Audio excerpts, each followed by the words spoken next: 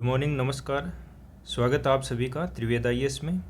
आज की इस वीडियो में हम इंडियन एक्सप्रेस में जो प्रकाशित महत्वपूर्ण आलेख और न्यूज़ है उनका विश्लेषण करेंगे। सबसे पहले शुरुआत करते हैं हमारे फ्री मेंटरशिप की। आज का जो हमारा टारगेट रहेगा वह GS4 के लिए यानी एथिक्स के लिए एटीट्यूड की विषय वस्तु क्या है, इसका स्ट्रक्चर या संरचना क्या है, इसके कार्य क्या हैं और इसके प्रभाव क्या है, साथ ही विचार और व्यवहार के साथ इसका क्या संबंध है, इसको पढ़ना आपको। GS पेपर 2 यानी पॉलिटी में तो यहाँ पे देखेंगे हम स्थानीय स्तर तक शक्तियों और वित्त का हस्तांतरण और उससे जुड़ी हुई चुनौतियाँ। इसके अलावा आपको 10 MCQ सोल्व करने हैं, 2 मेंस के क्वेश्चन हैं, उनके आंसर राइटिंग करनी है। पहला हमारा जो आज का न्यूज़ है वह भारतीय सेना की AI आधारित योजना यानी आर्टिफिशियल इंटेलिजेंस है, वह हर जो सेक्टर है वहाँ पे उपयोगी हो रहा है और इसी कारण से भारतीय सेना के द्वारा भी AI आधारित योजना की शुरुआत की गई है, जो कि 2026-27 तक लागू की जाने वाली एक रणनीति है। इसको आप UPSC GS paper 3 defence technology plus internal security से जोड़ सकते हैं। बात करते हैं इसकी पृष्ठभूमि की, तो भारतीय सेना ने जो AI है, आर्टिफिशियल इंटेलिजेंस है, ML मशीन लर्निंग और बिग डेटा एनालिटिक्स, इनके उपयोग के लिए एक विस्तृत रोड मैप तैयार किया है जिसको 2026-27 तक लागू किया जाना है। देखिए ये जो कीवर्ड हैं कृत्रिम बुद्धिमत्ता, मशीन लर्निंग और बिग डेटा एनालिटिक्स, ये काफ़ी महत्वपूर्ण है। UPSC इनसे लगातार क्वेश्चन पूछता है और पूछता रहेगा। तो इसके लिए प्रेरणा कहाँ से मिली है? तो जो ऑपरेशन सिंदूर हुआ था उस दौरान पाकिस्तान और पाकिस्तान प्रशासित जो कश्मीर है उसमें आतंकी ढांचे को निशाना बनाने वाले जो सीमा पार सैन्य कार्रवाई हुई, उसके द्वारा यह सीख मिली कि हमें AI जैसी गतिविधियों, जो AI जैसी टेक्नोलॉजी हैं उनकी तरफ हमें बढ़ना होगा। विशेषकर चीन के द्वारा इस संदर्भ में जो इनपुट पाकिस्तान को प्रदान किए गए वो भारत के लिए को सीखने के लिए काफ़ी महत्वपूर्ण थे। बात करते हैं कि AI है वो कौन कौन सी जगह पे लागू किया जाएगा। तो पहला है ड्रोन मिशन और रियल टाइम युद्ध निगरानी हेतु। देखिए जो समन्वित ड्रोन मिशन होते हैं और ड्रोन स्वार्मिंग का उपयोग करना। तो ड्रोन स्वार्मिंग होता क्या है? देखिए किसी एक लक्ष्य के लिए जब बहुत सारे ड्रोन एक साथ में छोड़े जाते हैं तो उसको बोलते हैं ड्रोन स्वार्मिंग। इसके अलावा वास्तविक समय में, रियल टाइम में जो युद्ध क्षेत्र है उसकी निगरानी और डेटा का संकलन करना, उसमें AI का यूज होगा। सेकंड है कि कम्बैट सिमुलेशन और सैनिक प्रशिक्षण के लिए, यानी कि सैनिकों को युद्ध अभ्यास के लिए प्रशिक्षित करने हेतु AI सक्षम जो प्रशिक्षण उपकरण हैं उनका प्रयोग किया जाएगा। इसके अलावा इंफॉर्मेशन वारफेयर और डेटा आधारित निर्णय प्रणाली, इसके लिए निर्णय लेने के लिए जो भी निर्णय लिए जाएंगे विशेषकर युद्ध के दौरान, तो उसमें जो भी डेटा प्राप्त होगा उसका त्वरित विश्लेषण संभव होगा AI के माध्यम से। इसके अलावा AI टूल्स के द्वारा जो युद्ध क्षेत्र जागरूकता है उसको भी बेहतर बनाया जा सकेगा। तो अभी प्राथमिकताएं क्या हैं जिसको जल्द ही लागू किया गया है? तो बड़े पैमाने पर डेटा प्रोसेसिंग। देखिए जो LLM होता है, लार्ज लैंग्वेज मॉड्यूल, ये क्या करते हैं कि बहुत बड़ा टेक्स्ट हो आपके पास, आपने बहुत बड़ी PDF अगर इस पर अपलोड कर देते हैं तो आपको छोटी सी एक समरी बना के दे देता है, संक्षिप्त में इन्फॉर्मेशन दे देता है। तो ये काफ़ी महत्वपूर्ण होता है क्योंकि युद्ध के दौरान बहुत सारी इन्फॉर्मेशन होती है, उनको रिफाइन करके, है ना, ये संक्षेप में प्रस्तुत कर सकता है। तो बड़े पैमाने का जो डेटा है उसको प्रोसेसिंग करने के लिए AI का प्रयोग या फिर जो LLM है उसका प्रयोग किया जा सकेगा। इसके अलावा AI chatbots, voice to text systems, चेहरे की पहचान प्रणाली और खतरे या असामान्य पैटर्न को पहचानने वाले टूल भी शुरुआत की जाएगी। जो ड्रोन है, सैटेलाइट है, एयरक्राफ्ट है, ज़मीन आधारित सेंसर है, इनसे मिलने वाला जो भी फीड होगा, जो डेटा होगा, उसका विश्लेषण किया जाएगा और रियल टाइम डेटा फ्यूजन होगा। इसके अलावा एक AI टास्क फोर्स का भी गठन किया गया है या किया जाएगा। जो director general of information system है उसके अंतर्गत एक AI टास्क फोर्स है, उसका गठन किया जाएगा, उसको निर्मित किया जाएगा, बनाया जाएगा। इसमें सेना के जो अन्य निदेशालय होंगे उसके प्रतिनिधि भी शामिल होंगे। जो ये फोर्स होगा वो निम्नलिखित की निगरानी करेगा। किसकी? प्रशिक्षण व क्षमता निर्माण की, डेटा साझा करना, तकनीकी समर्थन व रखरखाव, अनुसंधान और नवाचार को बढ़ावा देना, खरीद प्रक्रियाओं में AI का समावेशन। तो ये ऐसे एरिया हैं जहाँ पे जो AI टास्क फोर्स है वो निगरानी करेगी। अब बात करते हैं रणनीतिक लक्ष्य जो 2026-27 के लिए। तो पहला है डिसीजन सपोर्ट सिस्टम। जैसे काउंटर इंटेलिजेंस, निगरानी में सुधार, लॉजिस्टिक और सप्लाई चेन का प्रबंधन, ओपन सोर्स इंटेलिजेंस और सोशल मीडिया का विश्लेषण करना, दुश्मन की जो क्षमता है उनकी मैपिंग करना, और युद्ध सिमुलेशन यानी वार गेमिंग, तो यहाँ पे यूज होगा। दूसरा बात करते हैं ए आधारित तकनीक क्षमताएं। तो देखिए इससे क्या होगा कि अगर मान लीजिए किसी एरिया में जीपीएस भी नहीं है तो वहाँ पर भी आराम से नेविगेशन किया जा सकता है। इसके अलावा जो भी लक्ष्य होंगे, जो भी टारगेट होंगे, उनकी इजीली सटीक पहचान की जा सकती है और वहाँ पे इनकी तैनाती की जा सकती है। और भविष्यवाणी आधारित जो रख रखाव प्रणाली है उसको बेहतर किया जा सकता है। तो ये है एआई की क्षमता। तो भविष्य की तैयारी की बात करें तो सभी जो नए सैन्य उपकरण होंगे उनको तकनीकी आवश्यकताओं में एआई फीचर्स को शामिल किया जाएगा, यानी कि जो भविष्य के जितने भी सैन्य उपकरण होंगे उनको एआई से युक्त किया जाएगा। अगर कुछ पुराने उपकरण हैं वहाँ पर भी चुनिंदा रूप से एआई क्षमता को पुनः समायोजित किया जाएगा। जो एआई प्रयोगशाला है उसकी भी स्थापना की जा रही है, जो भारतीय नौसेना और वायुसेना की जो एआई परियोजना है वहाँ से ये जोड़ेगी। अब बात करते हैं सैन्य, औद्योगिक और शैक्षणिक साझेदारी। देखिए जो उद्योग और शैक्षणिक संस्थाएं हैं वो आपस में मिलकर एआई अनुसंधान को प्रोत्साहित करने पे बल दिया जा रहा है। तो ये है पहला हमारा न्यूज। उसके बाद बात करते हैं उच्च रेजोल्यूशन सैटेलाइट इमेजरी और भारत की सैन्य निगरानी योजना। ये भी यूपीएससी जीएस पेपर 3 इन किन किन टॉपिक से लिंक कर सकते हैं, तो अंतरिक्ष प्रौद्योगिकी, सुरक्षा चुनौती, तकनीकी उन्नयन, इन टॉपिक से आप इनको रिलेट कर सकते हैं। बात करते हैं पृष्ठभूमि की। तो देखिए एआई है या फिर उच्च रेजोल्यूशन सैटेलाइट इमेजरी, ये वाला टॉपिक है, ये सभी मेनली जो ऑपरेशन सिंदूर हुआ है उसके बाद काफ़ी हाईलाइट हुए हैं। हम भारत की जो सैन्य क्षमता है, विशेषकर जो सैन्य उपकरण है, उनको बेहतर क्षमता प्रदान करने के लिए इनकी शुरुआत की जा रही है। देखिए जब ऑपरेशन सिंदूर हुआ था उस दौरान जो चीनी उपग्रह थे उनके द्वारा पाकिस्तान को रियल टाइम इनपुट प्रदान किए गए थे, जिसके कारण भारत ने वैश्विक स्तर पे जो भी वाणिज्यिक अर्थ ऑब्जर्वर सैटेलाइट हैं उनके जो संचालक हैं उनसे संपर्क साधना शुरू कर दिया ताकि भारत भी इस क्षमता से युक्त हो सके।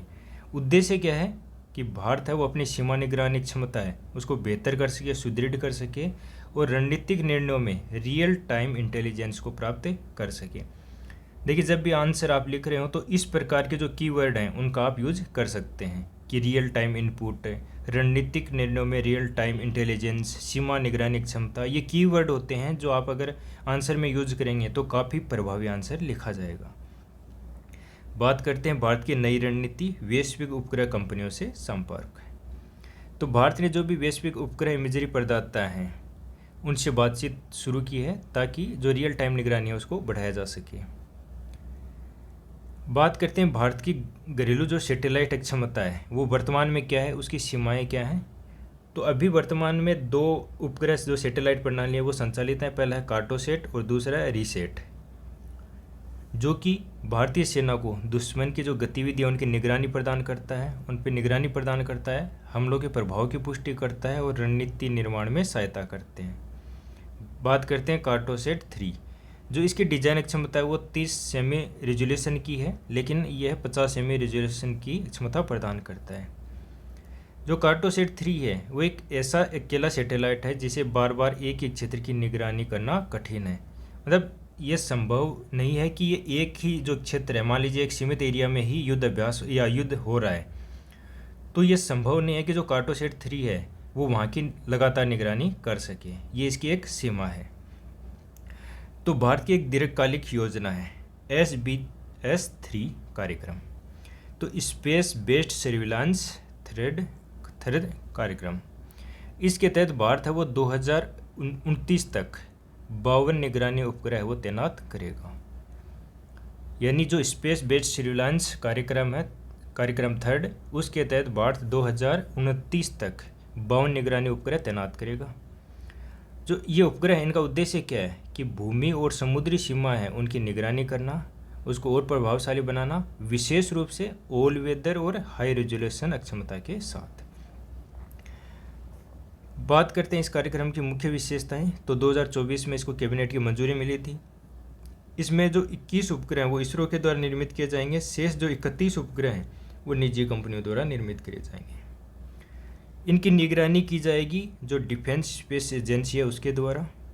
पहला प्रक्षेपण है वो 2026 से शुरू होगा और 2029 तक इसको पूरा कर लिया जाएगा। तो काफ़ी महत्वपूर्ण है ये प्री के दृष्टिकोण से भी और मेंस के दृष्टिकोण से भी। बात करते हैं राष्ट्रीय क्षय रोग उन्मूलन कार्यक्रम। ये प्री के लिए काफ़ी महत्वपूर्ण है, अभी दिल्ली में इसको चलाया जा रहा है। तो बात करते हैं कि है क्या ये। तो ये भारत सरकार द्वारा चलाया जा रहा है एक सार्वजनिक स्वास्थ्य कार्यक्रम है। उद्देश्य क्या है कि 2025 तक भारत को टीबी मुक्त कर दिया जाए, जबकि आपको पता है कि जो SDG लक्ष्य हैं उसमें 2030 तक टीबी से मुक्ति का प्रावधान किया गया है, लक्ष्य निर्धारित किया गया है। तो उद्देश्य की बात करें 2025 तक टीबी से उन्मूलन, सार्वभौमिक निःशुल्क और गुणवत्तापूर्ण उपचार प्रदान करना, नवाचार और डिजिटल तकनीकी हैं उनका उपयोग करना ताकि समय पर उनकी पहचान की जा सके और रोकथाम की जा सके, और सामुदायिक भागीदारी के माध्यम से जन जागरूकता लाना। तो बात करते हैं की कंपोनेंट्स की। तो इसमें जो राष्ट्रीय क्षय रोग उन्मूलन कार्यक्रम है या नेशनल टीबी एलिमिनेशन प्रोग्राम है उसके तहत जो एक्टिव केस हैं उनको फाइंडिंग किया जाता है, विशेषकर जो शहरी जो स्लम एरिया हैं, जेल हैं, आदिवासी क्षेत्र हैं, वहाँ पे लगातार या फिर नियमित स्क्रीनिंग की जाती है। जो जांच और उपचार होता है वो निःशुल्क होता है, जिसमें बलगम परीक्षण है, एक्सरे है ना, विभिन्न प्रकार की दवाइयाँ हैं। फिर होता है निक्षय पोर्टल, जिसमें रोगी पंजीकरण, ट्रैकिंग और सरकारी सहायता के लिए डिजिटल प्लेटफॉर्म है ये। इसके बाद करते हैं निक्षण पोषण योजना भी शुरू कर रखी है, जिसमें प्रत्येक रोगी को प्रति माह 500 रुपये की पोषण सहायता भी प्रदान की जाती है डायरेक्ट बेनिफिट ट्रांसफ़र के माध्यम से, यानी सीधे उसके अकाउंट में पैसा ट्रांसफ़र किया जाता है। इसमें प्राइवेट सेक्टर है उसका भी इंगेजमेंट किया गया है, विशेषकर जो निजी डॉक्टर हैं और जो क्लिनिक हैं वो केस की रिपोर्टिंग करेंगे और उपचार से उनको जोड़ा जा सके। इसके अलावा टीबी जो प्रिवेंटिव थेरेपी है, जो कि हाई रिस्क समूह, जिसमें सिर्फ टीबी नहीं है बल्कि अन्य रोग भी हैं, उनमें जो अगर लेटेंट टीबी है, मतलब जो अभी सक्रिय नहीं है, उसके सक्रिय बनने से रोकने हेतु टीबी प्रिवेंटिव थेरेपी शुरू की गई है इसके अंतर्गत। इसके अलावा AI आधारित एक्सरे जांच भी हैं, यानी कि अगर आ जाए कि स्वास्थ्य क्षेत्र में कौन कौन से AI के यूज हैं, तो एक्सरे में भी AI का यूज हो रहा है, विशेषकर टीबी के मामले में। तो इसमें कम समय में न्यूनतम विकिरण के साथ और त्वरित रिपोर्टिंग संभव होती है। बात करते हैं चैलेंज क्या है। देखिए वर्तमान में देखें तो जो स्लम वो शहरी स्लम है और जो आदिवासी क्षेत्र है वहाँ पे पहुँच की कमी है। जो लेटेंट टीबी है उसका प्रसार हो रहा है, जो कि हो सकता है भविष्य में सक्रिय रूप में एक्टिवली हो जाए, वो एक्टिव हो जाए। तीसरा ये भी चुनौती है कि जो निजी क्षेत्र है वो रिपोर्टिंग है वो पर्याप्त मात्रा में नहीं कर रहा है। जो ड्रग रेजिस्टेंट टीबी है यानी MDR टीबी है, उसका भी खतरा लगातार बढ़ रहा है। और इसके अलावा जो रोगी होते हैं वो सामाजिक कलंक के कारण भी जो रोग होता है उसको छिपाने का प्रयास करते हैं। तो बात करते हैं सरकारी पहलों व सुधार की। तो टीबी मुक्त पंचायत ग्राम अभियान, पब्लिक प्राइवेट पार्टनरशिप मॉडल को बढ़ावा दिया जा रहा है। जो MDR टीबी है उसके लिए नई औषधियाँ हैं जैसे बेडाक्विलिन, इनका विकास किया गया है। तो ये आपके प्री के लिए भी, और कुछ जो पॉइंट्स आप मेंस में भी यूज कर सकते हैं। बात करते हैं हम GS पेपर 2 गवर्नेंस और हेल्थ से जुड़ा हुआ ये टॉपिक है।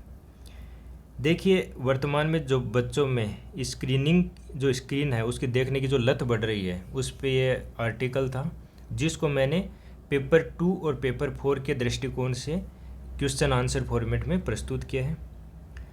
तो पहला जो हमारा क्वेश्चन है कि बच्चों में बढ़ती स्क्रीन लत भारत में एक उभरती हुई सार्वजनिक स्वास्थ्य और शैक्षणिक चुनौती बन चुकी है, इस पर टिप्पणी करनी है। इसके साथ ही इस समस्या के निराकरण हेतु आपको बहुस्तरीय रणनीति भी सुझानी है। तो स्क्रीनिंग लत का अर्थ क्या है?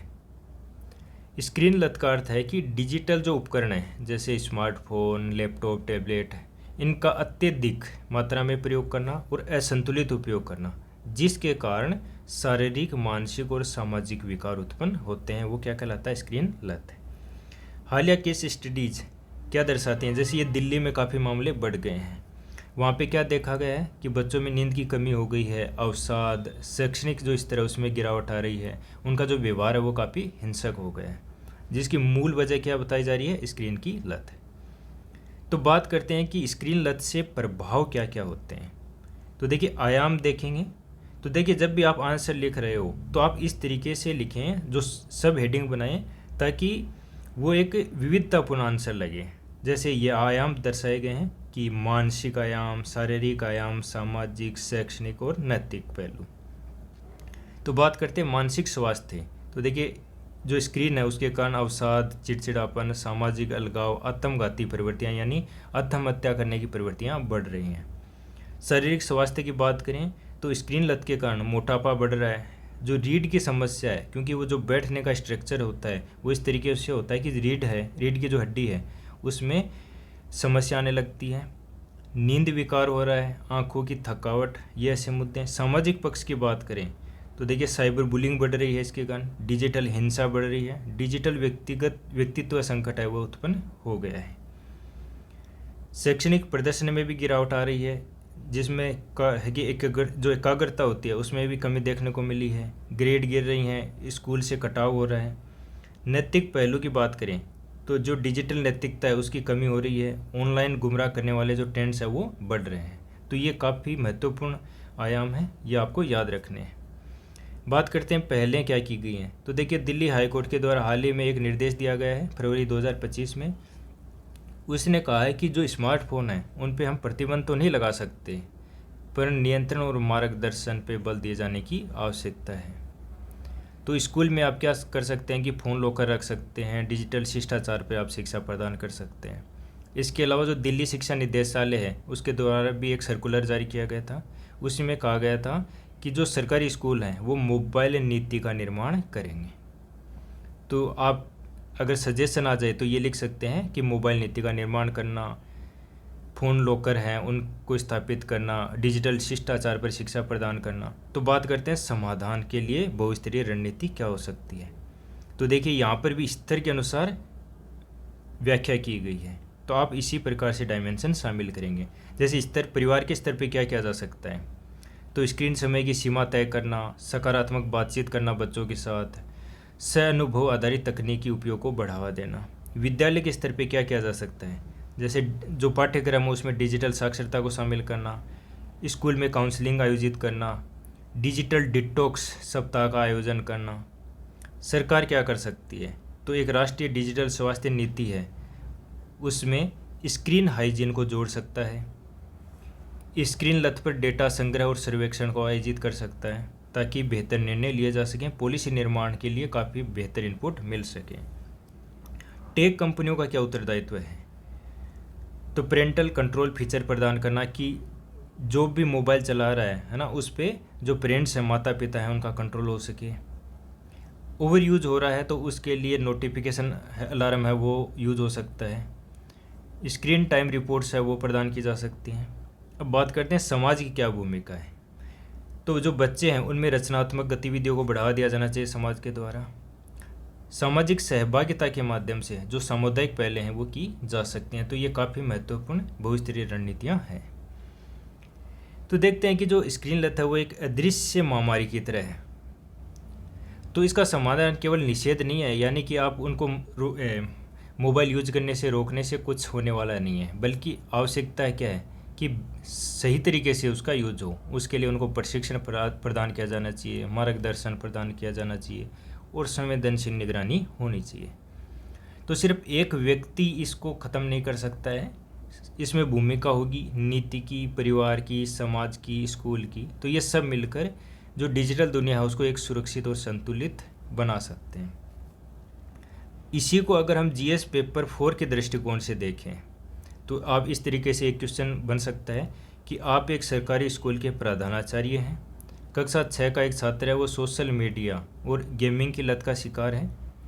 उनकी जो माँ है वो भी रील बनाने में व्यस्त रहती हैं। जो छात्र है उसका जो स्वभाव है और जो भाषा वो काफ़ी हिंसक हो गई है, वो काफ़ी आक्रामकता दर्शाता है। तो इस परिस्थिति में आपकी नैतिक प्रतिक्रिया क्या होगी। तो देखिए एथिक्स में केस स्टडी सोल्व करना हो या आंसर करना हो तो ये जो शब्दावली है इनका आप आराम से यूज कर सकते हैं।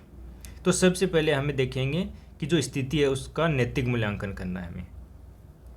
तो इस नैतिक स्थिति को देखें तो छात्र का जो हिंसक व्यवहार है वह असुरक्षित डिजिटल वातावरण और पारिवारिक उपेक्षा का परिणाम है। क्योंकि असुरक्षित डिजिटल वातावरण यानी कि उस पर कोई कंट्रोल नहीं है। दूसरा है कि जैसे उनकी माताएं वो भी रील में व्यस्त रहती हैं तो पारिवारिक उपेक्षा का शिकार भी है। माता की जो डिजिटल व्यस्तता है उसके कारण जो बच्चे की पालन पोषण की जो नैतिक जिम्मेदारी है वो प्रभावित हो रही है। और विद्यालय का दायित्व है कि छात्र का सर्वांगीण विकास करे। तो ये नैतिक मूल्यांकन है। अब बात जो मेन है क्वेश्चन की डिमांड कि नैतिक प्रतिक्रिया क्या हो सकती है। तो आपकी नैतिक प्रतिक्रिया होगी कि पहले है वो छात्र उसकी काउंसलिंग की जाए। इसके लिए मनोवैज्ञानिक सहायता उपलब्ध करवाई जा सकती है। डिजिटल डिटॉक्स और वैकल्पिक रचनात्मक जो गतिविधियां हैं उनसे जुड़ाव किया जा सकता है। सेकंड है अभिभावक संवाद। माँ को व्यक्तिगत रूप से बुलाकर उसको जो स्थिति है उसकी गंभीरता को समझा सकते हैं। जो माता की भूमिका है उसकी जिम्मेदारी है उन पर संवेदनशील चर्चा की जा सकती है। थर्ड है कि विद्यालय नीति। तो स्क्रीन उपयोग के लिए जो नियम है उनको स्पष्ट किया जा सकता है। डिजिटल नैतिकता पर कार्यशाला का आयोजन किया जा सकता है। डिजिटल डिटॉक्स सप्ताह का आयोजन किया जा सकता है। सामाजिक सहयोग क्या है। यदि स्थिति गंभीर होती है तो चाइल्ड जो वेलफेयर कमेटी होती हैं उनसे संपर्क किया जा सकता है। और समुचित निगरानी हेतु जो विद्यालय स्टाफ है उसकी भूमिका भी तय की जा सकती है। तो ये नैतिक कार्य हो सकते हैं। यहाँ पे बात करते हैं कौन कौन से नैतिक सिद्धांत कार्य करेंगे। तो नैतिक सिद्धांत करेंगे करुणा, कर्तव्य परायणता, बाल हित सर्वोपरि सिद्धांत और नैतिक नेतृत्व है। देखिए यही होता है कि जब किसी सब्जेक्ट का आप आंसर लिख रहे हो तो उसकी जो लैंग्वेज है वो वहाँ पे आनी चाहिए। तो यहाँ पे है कि एक प्रधानाचार्य के रूप में मेरा कर्तव्य केवल शिक्षा तक सीमित नहीं होना चाहिए। कहाँ तक होना चाहिए, बल्कि एक संरक्षक, एक मार्गदर्शक और एक नैतिक नेतृत्वकर्ता के रूप में होना चाहिए, ताकि जो छात्र हैं उनको सुरक्षित, संतुलित और डिजिटल रूप से जिम्मेदार नागरिक बनाया जा सके। अगला जो हमारा टॉपिक है, वैश्विक अर्थव्यवस्था में एफडीआई प्रवाह में बड़ा परिवर्तन, भारत के लिए क्या अवसर हैं और क्या चुनौतियां हैं। देखिए हम देख रहे हैं कि वर्तमान में जो एफडीआई है उसका प्रवाह है वो काफ़ी प्रभावित हुआ है। विशेषकर जो उभरती और जो विकासशील अर्थव्यवस्थाएं हैं वहाँ पे लगातार गिरावट दर्ज की जा रही है, जो कि 2008 के दौरान लगभग 5% था जीडीपी का, वैश्विक जीडीपी का, वो अब लगातार घट के 2% के आसपास रह गया है। तो इस एफडीआई में गिरावट के कारण क्या है। जो व्यापार और निवेश प्रवाह पर जो अवरोध उत्पन्न किए गए, जैसे हम देखते हैं भारत चीन, यूएस से चीन, है ना, ये बहुत सारे जो वाद विवाद चले हैं उसके कारण सीमा पार निवेश और व्यापार समझौते में उनमें भी काफ़ी गिरावट देखी गई है। जैसे 2010 से 24 के बीच केवल 380 नए निवेश समझौते हुए, जबकि पहले काफ़ी मात्रा में ये हुए थे। ये आंकड़े आपको ज़्यादा याद रखने की आवश्यकता नहीं है। तो ये जो इस प्रकार की जो गिरावट है वो अब अस्थायी न रहकर एक संरचनात्मक स्ट्रक्चर जो प्रवृत्ति है वो बन चुकी है, जो कि किससे जुड़ी हुई है, भू राजनीतिक अनिश्चितता, नीति जड़ता और शासन बदलाव के कारण है। बात करते हैं भारत की स्थिति क्या है। तो देखिए अगर हम सकल एफडीआई की बात करें यानी ग्रोस एफडीआई की बात करें तो उसमें तो 14% की वृद्धि देखी गई है जो फाइनेंशियल ईयर 2025 है उसमें। लेकिन अगर हम नेट एफडीआई यानी शुद्ध एफडीआई देखें तो वहाँ पे 96% की वार्षिक गिरावट है। देखिए अगर हम टोटल मात्रा में देखते हैं तो कि एफडीआई काफ़ी बढ़ गई है, 81 बिलियन डॉलर का प्रवाह देखा गया है। लेकिन अगर वास्तव में देखें कि रियल में कितनी बढ़ी है यानी शुद्ध एफडीआई मात्रा में क्या है, तो वो 96% की गिरावट को दिखा रहा है। और 20 वर्षों में ये सबसे कम एफडीआई आई है। तो ये शुद्ध गिरावट के कारण क्या है। देखिए जो मुनाफा होता है यहाँ से एफडीआई के कारण जो इन्वेस्टमेंट किया जाता है उससे जो मुनाफा होता है उसको दोबारा निवेश नहीं किया जाता है। इसके अलावा जो एफडीआई है वो दूसरे देशों में जा रही है, ठीक है। तो आउटवर्ड जो एफडीआई है उसमें काफ़ी वृद्धि हुई है। जो मुनाफे की जो वापसी है उसमें बढ़ोतरी हुई, यानी जो देश एफडीआई लाता है और जो मुनाफा कमाते हैं वो अपने देश में ले जाते हैं। तो ये है शुद्ध गिरावट के कारण। बात करते हैं एफडीआई के वैश्विक रुझान क्या है। तो देखिए अभी वर्तमान में जो एफडीआई है विशेषकर जो ग्रीनफील्ड एरिया है वहाँ पे बढ़ी है, विशेषकर सेवा, निर्माण और स्वच्छ ऊर्जा के क्षेत्र में। तो ये नए क्षेत्र उभरे हैं। तो ग्रीनफील्ड एरिया कौन से होते हैं, ऐसे एरिया जहाँ पे सबसे पहले यानी सबसे शुरुआती परियोजना की शुरुआत की गई है। भारत में निर्माण और वित्तीय सेवाएं हैं वो अभी भी मजबूत हैं, लेकिन जो एफडीआई का जो क्षेत्र बढ़ रहा है वो ऊर्जा और संचार क्षेत्र में बढ़ रहा है। इसके अलावा भौगोलिक असंतुलन भी देखने को मिल रहा है, यानी कि जो एरिया जहाँ पे पहले ज़्यादा इन्वेस्टमेंट होता था, ज़्यादा एफडीआई आती थी, वहाँ की बजाय अब दूसरे जो भौगोलिक क्षेत्र हैं वहाँ पे स्थिति बेहतर हुई है। जैसे पहले गुजरात और दिल्ली में ज़्यादा एफडीआई आती थी, लेकिन वर्तमान में ये महाराष्ट्र, कर्नाटक और तमिलनाडु में देखी जा रही है, वहाँ पे बेहतर एफडीआई का प्रवाह है। तो बात आती है कि भारत को एफडीआई के लिए क्या करना चाहिए। देखिए, ये जो टॉपिक है ये मेनली मेंस के दृष्टिकोण से है, तो आपको जो कीवर्ड हैं या फिर जो डेटा हैं उनको आप प्रयोग कर सकते हैं, की हेडिंग्स हैं उनका प्रयोग कर सकते हैं। जैसे देखिए, वैश्विक रणनीति और व्यापार समझौते। तो देखिए, भारत को जो व्यापार समझौते पहले किए थे उनसे जो उनका अनुभव था उसके संकोच से उससे उभरने की आवश्यकता है। भारत को यूएस, जैसे हम अभी भारत और यूएसए के बीच में जो फ्री ट्रेड एग्रीमेंट है उसको लेके बात चल रही है, यूके, यूएई, ऑस्ट्रेलिया हैं, उनके देशों के साथ अगर भारत एफटीए करता है तो ये भारत के लिए काफ़ी गेम चेंजर हो सकता है।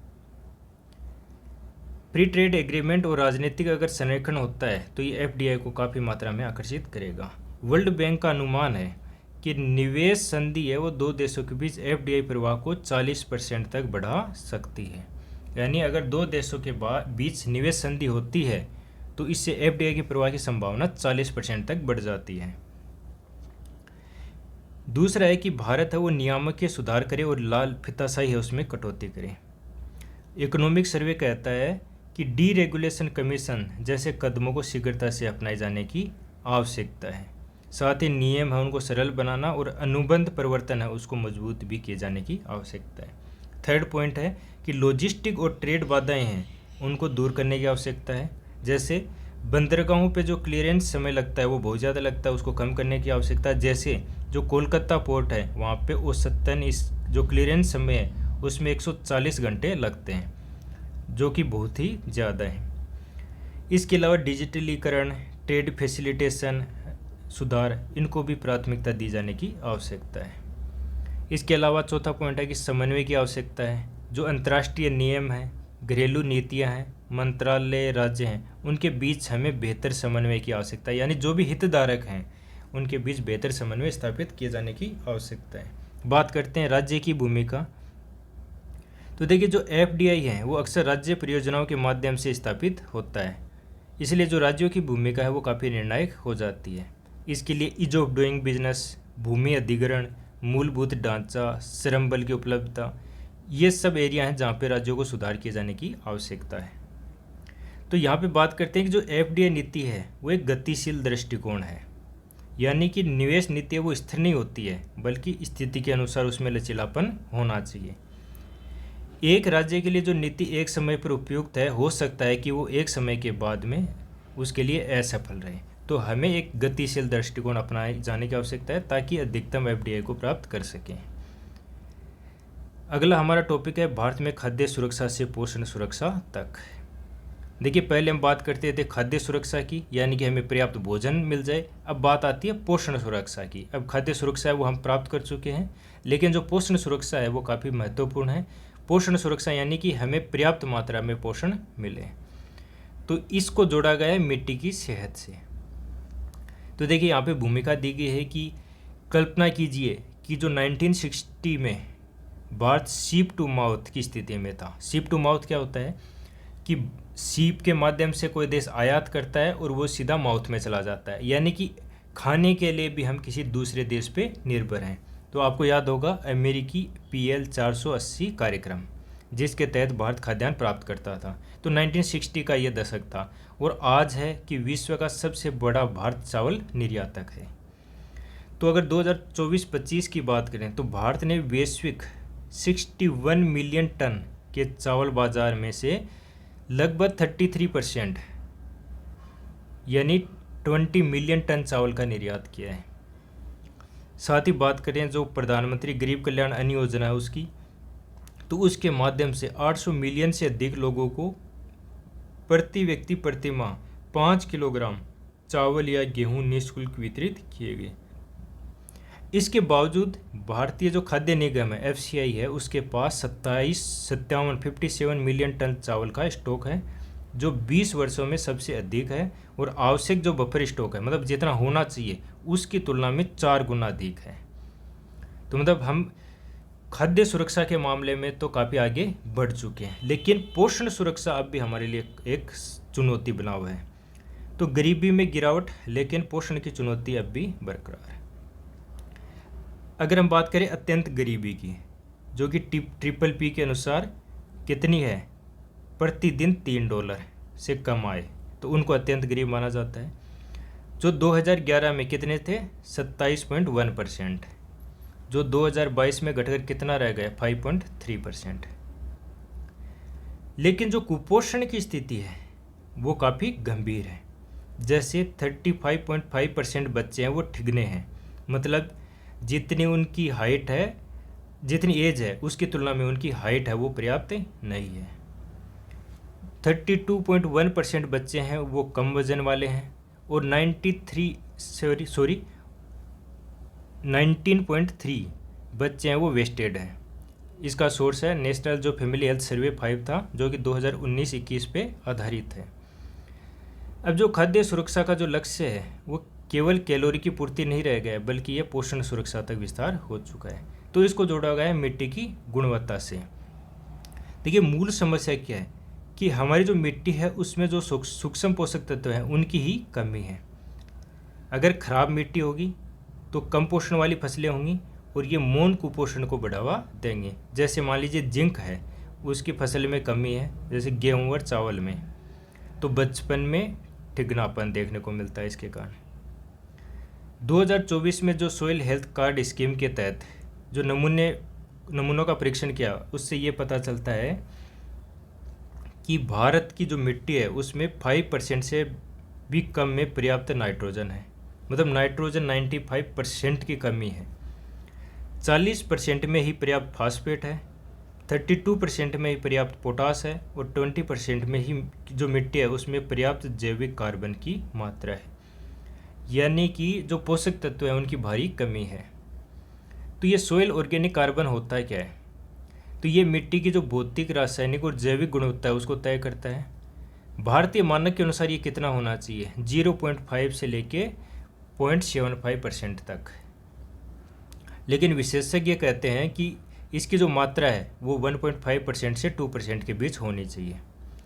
इसके अलावा मिट्टी में जो सल्फर है, जिंक, आयरन, बोरोन जैसे सूक्ष्म पोषक तत्व हैं उनकी काफ़ी कमी है, जिसके कारण जो फसलों की जो पोषण गुणवत्ता है वो प्रभावित होती है। तो इस एक समस्या है जो खाद का संतुलित प्रयोग और उर्वरकों के उपयोग की समस्या। अब जैसे राज्य विशेष के उदाहरण से देखें कि पंजाब में, तो वहाँ पे नाइट्रोजन का अत्यधिक प्रयोग किया जाता है, 61% से अधिक। वहाँ पे पोटास की भारी कमी है, लगभग 89%।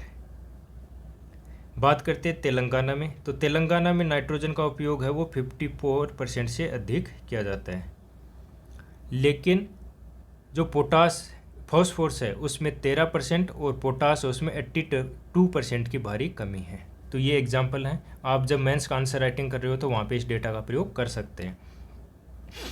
तो राष्ट्रीय स्तर पर परिणाम क्या है, तो उर्वरक की प्रति अनाज उत्पादन अनुपात क्या है, तो 1970 के दशक में था 1:10, और 2015 में घटकर कितना रह गया, 1:2.7। तो यानी कि अनाज में कितना उर्वरक का प्रयोग किया जा रहा है उसके बदले में उत्पादन में कितनी वृद्धि हो रही है। बात करते हैं प्रदूषण और पर्यावरणीय जोखिम की। देखिए, जो ग्रेन्युलर यूरिया है उसका 60 से 65% जो हिस्सा है वो फसल द्वारा उपयोग ही नहीं किया जाता है। यानी जितनी हम यूरिया यूज करते हैं उसका 60 से 65% हिस्सा वो यूज ही नहीं होता है। वो या तो वायुमंडल में नाइट्रोजन ऑक्साइड के रूप में निकल जाता है, और जो नाइट्रोजन ऑक्साइड है वो CO2 कार्बन डाइऑक्साइड से 273 गुना अधिक शक्तिशाली ग्रीन हाउस गैस है। सोचिए कितना खतरनाक गैस है नाइट्रस ऑक्साइड, और वो किसका है, यूरिया के कारण भी होता है। या फिर जो दूसरा है कि भूजल में नाइट्रेट के रूप में मिल जाता है और उस जो जल है उसको दूषित कर देता है। तो जब यूरिया यूज ही नहीं हो रही है 60 से 65%, जो कि न केवल वायु प्रदूषण का बल्कि जल प्रदूषण का ही कारण बन रहा है, तो यूरिया का एक हिस्सा है वो गैर कृषि कार्यों में चला जा रहा है या फिर पड़ोसी देशों की तस्करी कर दिया जाता है। तो ये हैं यूरिया से जुड़े हुए मुद्दे। तो इससे क्या है, नतीजे क्या निकलते हैं कि न ही तो उपज बढ़ती है बल्कि जो पर्यावरणिक क्षति और जल प्रदूषण है वो बढ़ जाता है। तो समाधान क्या हो सकता है? तो भारत को चाहिए कि वह खाद के अंधाधुंध जो प्रयोग है उसको कम करे, बल्कि मिट्टी आधारित, फसल विशेष और क्षेत्र विशेष पोषण रणनीति को अपनाए। मिट्टी परीक्षण जो आधारित जो सटीक पोषण प्रबंधन प्रणाली है उसको विकसित करें और ये सुनिश्चित करे जो खाद्य हैं वो सिर्फ पेट भरने के लिए नहीं बल्कि पोषण के लिए हो। तो यहाँ पे 3 वर्ड है, पोषण रणनीति को अपनाना, सटीक पोषण प्रबंधन प्रणाली को विकसित करना और खाद्य सिर्फ पेट भरने के लिए नहीं बल्कि पोषण सुरक्षा के लिए होना चाहिए। तो ये अब केवल कृषि नीति नहीं है बल्कि क्या है, जन स्वास्थ्य नीति का मुद्दा बन गया है। बात करते हैं अगला, थर्मल पावर प्लांट को FGD उपकरणों से छूट, सल्फर डाई जो ऑक्साइड है उस जन पर नीति में बदलाव और बहस। देखिए इस जो ये टॉपिक हम पहले भी डिस्कस कर चुके हैं, इसमें कुछ और वर्ड हैं या कुछ अलग अलग डायमेंशन है, तो थोड़ा सा इसको डिस्कस कर लेते हैं। आपको पता होगा 11 जुलाई 2025 को जो पर्यावरण मंत्रालय उसने एक महत्वपूर्ण निर्णय दिया कि जो कोयला आधारित थर्मल पावर प्लांट है उनको छूट दी जाती है किसके प्रयोग से, FGD फ्ल्यू गैस डीसल्फराइजेशन से। तो इन उपकरणों का उद्देश्य क्या था, जो सल्फर डाइऑक्साइड निकलती है उसको कम करना, जिससे क्या है जो वायु प्रदूषण है वो कम हो सके। लेकिन अब कहा गया है कि ये सिर्फ दिल्ली NCR के आसपास स्थित संयंत्रों पर लागू होगा और वो भी दिसंबर 2027 तक। अन्य जो संयंत्र होंगे उनके लिए मामला दर मामला कि क्या स्थिति है उनकी, उसके आधार पर लगाना है या नहीं लगाना वो निर्णय किया जाएगा। और अगर जो संयंत्र 2030 से पहले बंद होने वाले हैं उनको भी छूट मिल गई है। तो FGD क्या है और सल्फर डाइऑक्साइड उत्सर्जन क्यों चिंताजनक है? तो FGD एक ऐसी प्रणाली है जो थर्मल संयंत्रों से निकलने वाली जो फ्ल्यू गैस है उसको सल्फर डाइऑक्साइड को अलग करता है। सल्फर डाइऑक्साइड है उसकी समस्याएं क्या है? देखिए जो PM 2.5 होता है उसका ये सबसे महत्वपूर्ण सोर्स है और जितना PM 2.5 है उसका 1/3 यानी 1/3 है वो इसी सल्फर डाइऑक्साइड का परिणाम है। जो सल्फर डाइऑक्साइड है वो वातावरण में अमोनिया से मिलकर अमोनियम सल्फेट का निर्माण करता है यानी द्वितीयक प्रदूषक का निर्माण करता है। तो ये इसकी काफ़ी समस्या है। स्वास्थ्य प्रभाव काफ़ी हैं, जैसे आँखों, गले और फेफड़ों में जलन हो सकती है। दीर्घकाल में जो हार्ट के रोग हैं, स्ट्रोक है, दमा, अकाल मृत्यु जैसे खतरे विद्यमान रहते हैं। पर्यावरणीय प्रभाव भी हैं, जैसे कि एसिड रेन का ये कारण है। तो आप बताइए कि एसिड रेन के कौन कौन सी जो गैसें हैं वो उत्तरदायी हैं? तो पहली है CO2 और दूसरी है सल्फर डाइऑक्साइड। ये 2 गैसें हैं जो एसिड रेन के लिए उत्तरदायी हैं। बात करते हैं कि 2021 में जो पहले बदलाव हुए थे वो क्या था? तो इसमें 3 श्रेणियाँ थी। तो पहला था कि NCR और 10+ जनसंख्या वाले शहर जो A श्रेणी में थे, इनके लिए था कि अनुपालन की तिथि थी 2022। B जो श्रेणी जहाँ पर अत्यधिक प्रदूषित है या फिर जो नॉन अटेनमेंट शहर हैं उनके 10 किलोमीटर के दायरे वहाँ पे 2023 तक, और अन्य सभी संयंत्र था उनको 2024 तक इसका अनुपालन करना था। लेकिन वर्तमान में इसको बदल दिया गया है। 2025 में नया फैसला आया है कि जो A श्रेणी के संयंत्र हैं वो अब सिर्फ 2027 तक इसका समय में लगा सकते हैं। जो अन्य हैं वहाँ पे ये लगभग मुक्त हो चुका है। जो कि C कैटेगरी थी जहाँ पे 78% संयंत्र वहीं पे आते हैं, वहाँ पूर्णतः मुक्त कर दिया गया उनको। और B श्रेणी में मामला दर मामला अभी देखा जाएगा। और जो संयंत्र 2030 से पहले बंद होंगे उनको छूट दे दी गई है। तो यहाँ पे सरकार का क्या तर्क है? उनका कहना है कि जो ये 3 संस्थाएं हैं ये आपको याद रखने की आवश्यकता नहीं है। इनका द्वारा जो अध्ययन किया गया उनका जो निष्कर्ष है वो आपके लिए काफ़ी महत्वपूर्ण होता है। देखिए FGD है वो आवश्यक नहीं है। इन तीनों जो संस्थाओं के द्वारा अध्ययन किया गया उसका मानना है कि जो FGD है वो आवश्यक नहीं है, क्योंकि जो सल्फर डाइऑक्साइड है वो पहले ही जो नेशनल एयर क्वालिटी जो मानक है उनके भीतर है, यानी जितना होना चाहिए उसके मानकों के भीतर ही है। FGD चलाने से कार्बन डाइऑक्साइड और PM जो प्रदूषण है उनमें वृद्धि देखी गई है। सरकार को केवल सल्फर डाइऑक्साइड नहीं बल्कि संपूर्ण जो PM प्रदूषण है उस पर ध्यान देना चाहिए, ऐसा इनकी रिपोर्ट में कहा गया है। लेकिन इनकी आलोचना हो रही है कि जो वायु गुणवत्ता निगरानी स्टेशन है वर्तमान में वो वास्तविक तस्वीर को नहीं दिखाते हैं। वे ये ट्रैक नहीं करते हैं कि उत्सर्जन है वो हवा की दिशा में कहाँ तक जाता है और कैसे जो रसायन PM 2.5 है उसमें परिवर्तन होता है। देखिए, एक अध्ययन का मानना है कि जो बिजली संयंत्रों से जो उत्सर्जन होता है वो 300 किलोमीटर की दूरी तक जा सकता है। जो सल्फर डाइऑक्साइड है वो वायुमंडल का जो वायुमंडलीय जीवन काल है उसका वो है 10 दिन, और इस समय तक होता है कि ये द्वितीय प्रदूषक है उनमें बदल जाता है। तो इसलिए जो आलोचक हैं वो इसकी काफ़ी आलोचना कर रहे हैं, तो ये काफ़ी महत्वपूर्ण हो जाता है। तो ये आपके लिए प्री के लिए काफ़ी महत्वपूर्ण है। तो आज का हमारा डिस्कशन यहीं ख़त्म होता है। Thank you.